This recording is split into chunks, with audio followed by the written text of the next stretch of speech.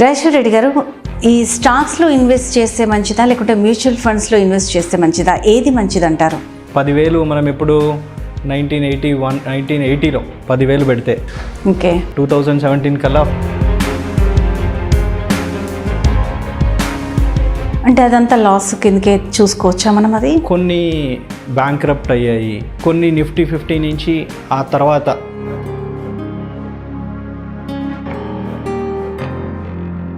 ఇప్పుడు వాటిల్లో ఇన్వెస్ట్ చేసిన వాళ్ళ పరిస్థితి ఏంటంటారు మరి? కొందరికి return తగ్గొచ్చు.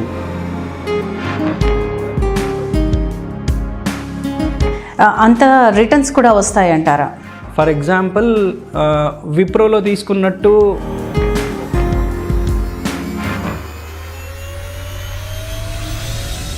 Hi viewers, welcome to our channel. This is Sushma. Mutual ఫండ్స్లో ఇన్వెస్ట్ చేస్తే మంచిదా లేకపోతే స్టాక్స్లో చేస్తే బాగుంటుందా? ఇలాంటి అంశాలపై చర్చించడానికి మనతో పాటు ఇక్కడ ఉన్నారు రాజేశ్వర్ రెడ్డి గారు, వెంచురా సస్టైనర్ నుంచి.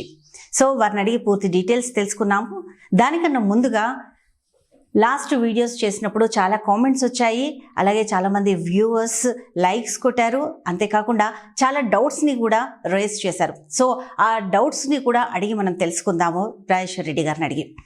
నమస్కారం రాజేశ్వర్ రెడ్డి గారు. నమస్తే అండి. రాజేశ్వర్ రెడ్డి గారు, ఈ స్టాక్స్లో ఇన్వెస్ట్ చేస్తే మంచిదా లేకుంటే మ్యూచువల్ ఫండ్స్లో ఇన్వెస్ట్ చేస్తే మంచిదా, ఏది మంచిది అంటారు? మనము లాస్ట్ టైం చేసిన వీడియోస్లో కూడా ఇలాంటి చాలా డౌట్స్ వచ్చాయి. ఎస్. సో ఆ వీడియో చూసినప్పుడు స్టాక్స్ చాలా అట్రాక్టివ్గా అనిపించాయి. ఎందుకంటే నేను విప్రో ఎగ్జాంపుల్ చెప్పాను. 10,000 మనం ఇప్పుడు 1980లో 10,000 పెడితే ఓకే 2017 కల్లా 500 crores అయింది. సో అది చూసేసరికి చాలామందికి అరే స్టాక్స్లో ఇంత పవర్ ఉందా, ఎందుకంటే ఇన్ని రోజులు రియల్ ఎస్టేట్లోనే రిటర్న్స్ వచ్చేవి అని అనుకున్నారు. సో చాలామంది కాల్ కూడా చేశారు. బట్ ఇక్కడ ఒక కాషన్ అండి. సో స్పెసిఫిక్గా ఈ వీడియోలో నేను చాలా క్లియర్గా చెప్తాను. సో స్టాక్స్లో పెడితే బెటరా, మ్యూచువల్ ఫండ్లో పెడితే బెటరా అని. సో నువ్వు స్టాక్స్కి వద్దాం. స్టాక్ మార్కెట్ మనకు 2 ప్లాట్ఫామ్స్ ఉన్నాయి, ఎన్ఎస్సి, బిఎస్సి. సో బిఎస్సిలో ఉన్న స్టాక్స్ని మనము సెన్సెక్స్ అంటాం. బిఎస్సి ఇండెక్స్ అంటే సెన్సెక్స్లో 30 స్టాక్స్ ఉంటాయి. నిఫ్టీలో 50 స్టాక్స్ ఉంటాయి. That is through NSE. So మనం బిఎస్సి ద్వారా ఇన్వెస్ట్ చేయొచ్చు, ఎన్ఎస్సి ద్వారా ఇన్వెస్ట్ చేయొచ్చు స్టాక్స్. ఇప్పుడు 1979లో స్టార్ట్ అయింది బిఎస్సి. 100 లెవెల్స్తో స్టార్ట్ అయింది. ఒక రిలేటివ్ ఫిగర్ అది. 100తో ఈరోజు 50,000 క్రాస్ అయింది. ఇప్పటికీ 50,000 కొంచెం ఒకరోజు క్రాస్ అవుతుంది, ఒకరోజు దగ్గర 50కి వచ్చింది. అంటే 500 times పెరిగింది స్టాక్ మార్కెట్. అవును. నిఫ్టీకి వద్దాం. నిఫ్టీ 50 వచ్చేసరికి ఆల్మోస్ట్ 1995లో అలా స్టార్ట్ అయింది, 95-96లో. ఇప్పుడు 15,000కి వచ్చింది. సో ఇది కూడా చాలా ఇంక్రీజ్ అయింది. సో ఈ మార్కెట్, ఈ ఇండెక్స్ ఇంక్రీజ్ అవ్వడము అండ్ స్టాక్ మార్కెట్లో కొన్ని ప్రోడక్ట్స్ రిటర్న్ చూడడం వల్ల స్టాక్ మార్కెట్లో ఇంత రిటర్న్ వస్తుందా అనేది ఒక ఆలోచన స్టార్ట్ అయింది. బట్ ఒక చిన్న కాషన్ అండి ఇక్కడ. మనము సెన్సెక్స్ 30 స్టాక్స్ అంటున్నాము, నిఫ్టీ 50 స్టాక్స్ అంటున్నాము, ఇండెక్స్ ఇంత పెరిగింది అంటున్నాము. సో ఇండెక్స్ రిటర్న్ ఇచ్చింది. కానీ ఒక 10 years బ్యాక్ చూస్తే అప్పుడు ఏమేం స్టాక్స్ ఉన్నాయి, ఈ నిఫ్టీ 50లో ఏమేం స్టాక్స్ ఉన్నాయి, సెన్సెక్స్ 30లో ఏమేం స్టాక్స్ ఉన్నాయి, ఈరోజు సెన్సెక్స్ 30లో ఏమేం స్టాక్స్ ఉన్నాయి, నిఫ్టీ 50లో ఏమేం స్టాక్స్ ఉన్నాయి చూస్తే మోర్ దాన్ 50% లేవండి. ఆల్మోస్ట్ 50% స్టాక్స్ చేంజ్ అయ్యాయి. చాలామందికి తెలియదు ఇది. నిఫ్టీ పెరిగింది 1000, అక్కడి నుంచి ఇక్కడికి వచ్చింది, సెన్సెక్స్ 50,000కి వచ్చింది, స్టాక్ మార్కెట్లో పెడదామంటారు. సో ఇండివిజువల్గా స్టాక్ సెలెక్షన్ చేస్తూ పెట్టేస్తారు. బట్ ఇది మేజర్ పాయింట్. ఏమైంది, 22 స్టాక్స్ నిఫ్టీలో ఉన్న, నిఫ్టీ 50లో 50 స్టాక్స్ ఉంటాయి. అందులో 22 స్టాక్స్ లాస్ట్ 10 yearsలో ఉన్న స్టాక్స్ ఇప్పుడు లేవు. అంటే అదంతా లాస్ కిందకే చూసుకోవచ్చా మనం? అది కొన్ని బ్యాంక్రప్ట్ అయ్యాయి, కొన్ని నిఫ్టీ 50 నుంచి ఆ తర్వాత నెక్స్ట్ 50లోకి వెళ్ళాయి. So different scenarios. బట్ ఇప్పుడు వాటిల్లో ఇన్వెస్ట్ చేసిన వాళ్ళ పరిస్థితి ఏంటంటారు మరి? కొందరికి రిటర్న్ తగ్గొచ్చు, ఎందుకంటే నిఫ్టీ 50 నుంచి నెక్స్ట్ 50లోకి వెళ్ళి ఉంటాయి. అదర్వైజ్ కొన్ని అయితే స్టాక్స్ లేవు. So different scenarios. బట్ మనం ఇండెక్స్ పెరిగింది కదా, ఆ స్టాక్ కూడా ఇదే రేంజ్లో పెరుగుతుంది అని ఎక్స్పెక్ట్ చేయలేము. నేను అనేది ఏంటి అని అంటే, ఇండెక్స్ పెరిగినంత ఆ సింగిల్ స్టాక్కి కూడా అలాగే పెరుగుతుంది అని మనం ఎక్స్పెక్టేషన్ పెట్టుకోవద్దు. First point. ఎగ్జాంపుల్ ఏమేం లేవు అని స్టాక్స్, నేను ఏం లేవు స్టాక్స్ అనే ఒక్కొక్క స్టాక్ నేమ్ తీసే కంటే ఏమేమి ఉన్నాయో చెప్తాను. సో ఏమేమి లేవు అంటే నెగిటివ్ అయిపోతుంది అది. సో దానికంటే ఏమేమి ఉన్నాయి అంటే 10 years బ్యాక్ ఇప్పటికి సేమ్ స్టాక్స్ ఏమేమి ఉన్నాయో చూసుకుంటే HDFC bank, Reliance, Infosys, ICICI, ITC, TCS, SBI, Hindustan Unilever, ఇవన్నీ లాస్ట్ 10 yearsలో ఉన్నాయి, ఇప్పటికీ కూడా ఉన్నాయి. ప్రాబబ్లీ ఒక స్టాక్ ఎక్కువ రిటర్న్ ఇచ్చి ఉంటుంది, ఒక స్టాక్ తక్కువ రిటర్న్ ఇచ్చి ఉంటుంది. So this is one thing. Second, నేను 22 స్టాక్స్ ఈ 50లోంచి వెళ్ళిపోయాయి అన్నాను, నిఫ్టీ 50లోంచి. మరి ఏమొచ్చాయి ఆ ప్లేస్లో? సో లాస్ట్ 10 yearsకి ఈ 10 yearsకి చేంజ్ ఏంటి అంటే Kotak bank, Bajaj Finserv, IndusInd bank, Asian paints, Bajaj Finserv, UltraTech cement, ఇట్లాంటివన్నీ రీప్లేస్ అయ్యాయి. అంటే ఆ 22 స్టాక్స్ పోయిన వాళ్ళకి ఇక్కడ రీప్లేస్ అయ్యాయి. ఇవన్నీ ఎందుకు చెప్తున్నాను అని అంటే, మనము మార్కెట్ ఇంత పెరిగింది అని చెప్పి ఒక స్టాక్ని సెలెక్ట్ చేస్తే, అంటే యాజ్ ఎ రీటైల్ ఇన్వెస్టర్ జనరల్గా 90% ఆఫ్ ద పీపుల్ వాళ్ళు ఎందుకు ఇన్వెస్ట్ చేస్తారు ఆ స్టాక్స్లో అంటే, first important emotional factor greed, ఆశ. ఇంత పెరిగింది కదా, సో నేను పెట్టేసి, కొంతమంది ఏమంటారు ఇన్వెస్ట్ చేసి వదిలేయండి 10 stocks, 10 years, 15 years, 20 years అదే పెరుగుతుంది అంటారు. తప్పు. ఎందుకు అనంటే 22 స్టాక్స్ లేవు, నిఫ్టీలో ఉన్న స్టాక్స్ ఇప్పుడు లేవు. లైక్ ఎగ్జాంపుల్స్ ఇవ్వద్దు బట్ ఇస్తున్నాను. ఎస్ బ్యాంక్ రీసెంట్గా 400 రూపీస్ ఉంది, 16-17 రూపీస్కి వచ్చింది. Okay. Similarly Reliance communications, idea cellular, కొన్ని ఉన్నాయి. అంటే స్టాక్ ప్రైస్ అంతా తగ్గిపోయాయి, వాటిలో పెట్టిన వాళ్ళకి లాసే. నెక్స్ట్ 50 చెప్పాను. ఫస్ట్ 50 స్టాక్స్ నిఫ్టీ 50లో ఉన్నాయి. నిఫ్టీ నెక్స్ట్ 50 అంటారు, అంటే 51 స్టాక్స్ టు 100 స్టాక్స్. ఇందులో వచ్చేసరికి 36 స్టాక్స్ లేవు. సో అవి 100 పైనకైనా వెళ్ళిపోయింటాయి సమ్ రీజన్. సో 36 లేవు, wiped out. So long term investing, స్టాక్లో నేను ఈరోజు పెట్టేసి 10 ఏళ్ళ తర్వాత 15 ఏళ్ళ తర్వాత చూస్తాను నాకు పెరుగుతుంది అని అనుకోవడం తప్పు. ఇండివిజువల్గా ఒక్కొక్క స్టాకు అది పెరుగుతుందా పెరగదా అనేది తెలియదు. So as a retail investor only రిటర్న్ని చూసి ఇన్వెస్ట్ చేయడం తప్పు. స్టాక్లో ఇన్వెస్ట్ చేసే ముందు ఇంకా చాలా అనాలిసిస్ చేయాల్సి వస్తుంది. That is one thing. అంటే నేను అనేది ఏంటంటే, ఈరోజు ఒక స్టాక్ ఫేవరెట్ ఉండొచ్చు, బట్ 10 ఏళ్ళ నాటికి దాంట్లో 90% రిటర్న్స్ వెళ్ళిపోతాయి, పోయే ఛాన్సెస్ కూడా ఉన్నాయి. We have seen some examples. So like నేను ఇంకా కొన్ని పాజిటివ్ ఎగ్జాంపుల్స్ చెప్పాను, లైక్ విప్రో కానీ, ఐషర్ మోటార్స్ కానీ. ఫర్ ఎగ్జాంపుల్ 1993లో 10,000 ఇన్వెస్ట్ చేస్తే దేంట్లో, ఇన్ఫోసిస్లో, సో అది 2018 కల్లా 2 crore అయింది. అంటే 1993లో 10,000 అంటే మనం ఇన్ఫ్లేషన్ ప్రకారం క్యాలిక్యులేట్ చేసుకుంటే ప్రాబబ్లీ ఈరోజు మేబీ ఒక 75,000, 1 lakh. మరి ఈ 75-1 lakh ఒక స్టాక్లో ఇన్వెస్ట్ చేసి వెయిట్ చేస్తే, స్టాక్ని కరెక్ట్ ఐడెంటిఫై చేస్తే ఆ అడ్వాంటేజ్ ఉంది. బట్ ఎంతమంది చేస్తున్నారు అంటే, ఆ రోజు 1993లో ఎంతమంది చేశారు? సో ఆ చేసిన స్టాకు పెరగాలి. ఆ చేసిన స్టాకు నేను చెప్పిన నిఫ్టీలోంచి వెళ్ళిపోయిన స్టాక్స్, లాస్ వచ్చిన స్టాక్స్ అయితే ప్రాబ్లం అవుతుంది. సో స్టాక్ మార్కెట్లో ఏంటంటే ఒక పాజిటివ్ యాంగిలే చూడకండి, నెగిటివ్ యాంగిల్ కూడా ఉంది. దానికి we need lot of time, lot of knowledge, skills, వాటిని రీసెర్చ్ చేసి దాంట్లోంచి షార్ట్ లిస్ట్ చేయాలి. సో అందుకని ఈ వీడియోలో స్పెసిఫిక్గా చెప్తున్నాను.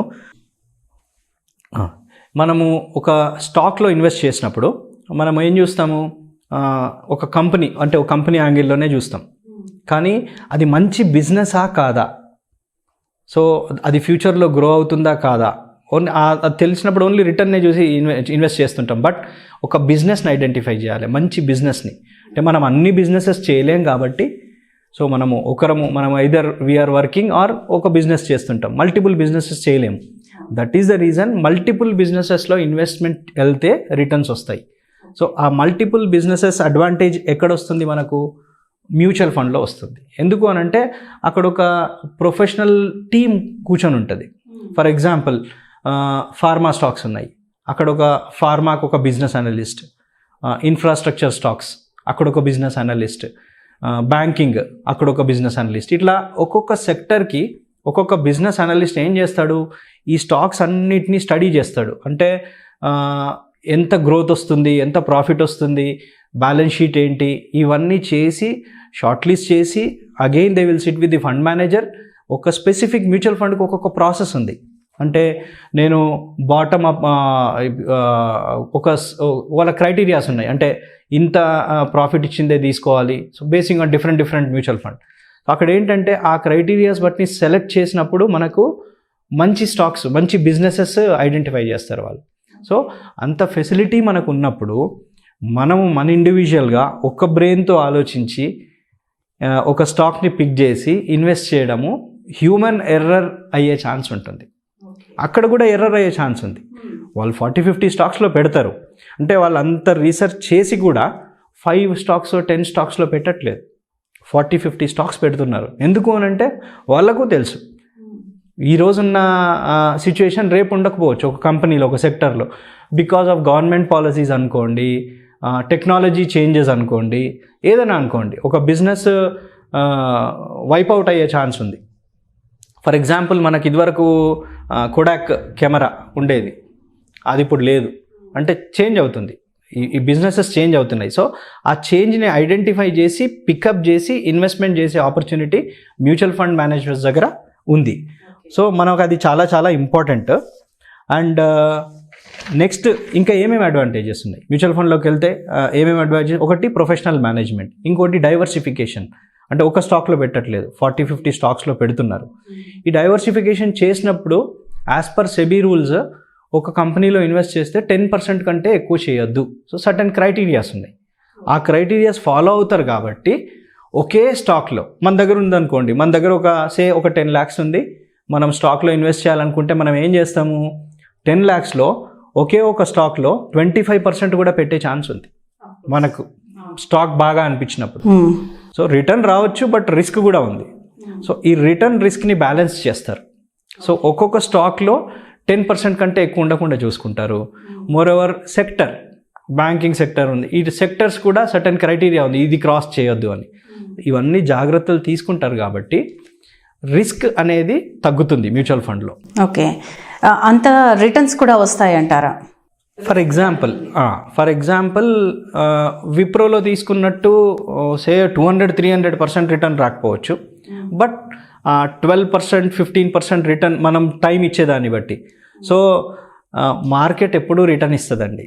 సే ఫర్ ఎగ్జాంపుల్ గుడ్ మార్కెట్లో బ్యాడ్ ఇన్వెస్టర్స్ ఉంటారు, బ్యాడ్ మార్కెట్లో గుడ్ ఇన్వెస్టర్స్ ఉంటారు. సో ప్రాబ్లం ఎక్కడుంది? ఇన్వెస్టర్స్ దగ్గర ఉంది. నేను లాస్ట్ వీడియోలో చెప్పాను, ఏది టైం ఇవ్వట్లేదు మనము అని. సో ఆ time is very very important. ఆ టైం ఇవ్వకపోతే రిటర్న్స్ రావు. అండ్ ఒక చిన్న ఎగ్జాంపుల్ ఉంది, అంటే మార్కెట్ని మనల్ని కంపేర్ చేయడానికి. మనము సే మన ఇంట్లో డాగ్ ఉంటుంది, దాన్ని గార్డెన్కి తీసుకెళ్తున్నాం అనుకోండి, తిప్పుతున్నాము, సే గార్డెన్ వరకు వాకింగ్కి వెళ్ళొద్దాం అనుకుంటాం. ఓకే, దాన్ని చైన్తో పట్టుకొని మనం వెళ్తుంటాం. మనము స్ట్రెయిట్ ఇంటి దగ్గర నుంచి గార్డెన్కి నడుస్తూ ఉంటాం. కానీ మనం నడిచిన స్ట్రెయిట్ లైన్లోనే ఆ కుక్క అది కూడా అలాగే నడుస్తుందా? లేదు. Just imagine. అంటే ఏం చేస్తుంది? అటు తిరుగుతుంటుంది, ఇటు తిరుగుతుంటుంది. సో ఇది కనిపించినప్పుడు ఇటు వెళ్తుంది, అటు వెళ్తుంది. బట్ మనం దాన్ని హోల్డ్ చేసి పెట్టినాం కాబట్టి అల్టిమేట్గా మళ్ళీ మనతో వస్తుంది. సో ఇక్కడ ఏంటంటే ఆ కుక్క is nothing but market. So అది మళ్ళీ అక్కడికి రావాల్సిందే. అంటే అప్ డౌన్ అవుతుంది. సో మనము మన హ్యూమన్ బిహేవియర్ని హోల్డ్ చేసి పెట్టుకుంటే డెఫినెట్గా మళ్ళీ ఫైనల్గా అక్కడికి వెళ్తాం. అంటే ఈ అప్ డౌన్ మార్కెట్ ఎప్పుడు ఒక స్ట్రైట్ లైన్లో ఉండదు. ఒక లాస్ట్ 5 year 10 year రిటర్న్ చూస్తే మీరు గ్రాఫ్ చూడండి, అప్ డౌన్ ఈసీజీ గ్రాఫ్ లాగా ఉంటుంది. సో అప్ డౌన్ ఉంటేనే ఫ్రెష్ ఇన్వెస్ట్మెంట్స్ కానీ ఏది కానీ డౌన్ ఉన్నప్పుడు ఇన్వెస్ట్మెంట్ యాడ్ చేయడం ఇలా చేయొచ్చు. సో ఫైనల్గా అక్కడికి రీచ్ అవ్వాల్సిందే. ఇంకొక పాయింట్ చెప్తాను. సపోజ్ స్టాక్స్లో ఇన్వెస్ట్ చేస్తున్నాం మనం. సే నేను ఒక 10 lakhs పెట్టుకున్నాను, నేను స్టాక్లో ఇన్వెస్ట్ చేయాలని అనుకుంటాను.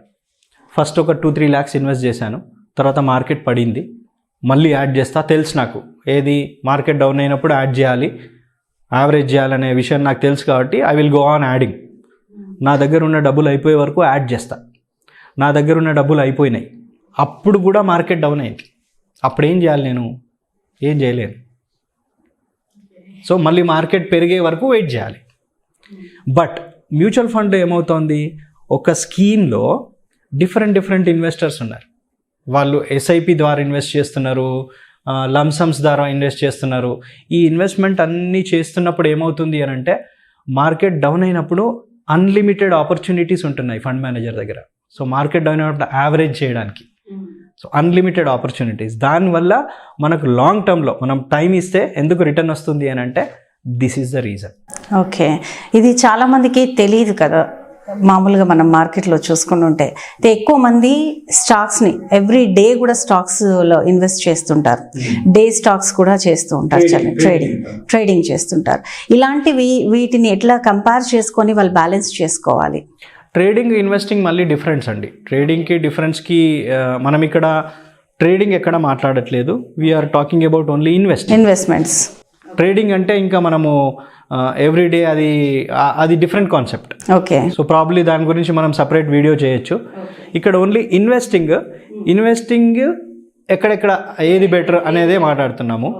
So trading is a different concept. ఇప్పుడు మీరు చెప్పిన దాంట్లోనే తీసుకుందాం, స్టాక్స్, ఇన్వెస్ట్మెంట్స్ మోర్ దెన్ ఈ స్టాక్స్ కన్నా చాలా బెటర్ అని చెప్తున్నారు.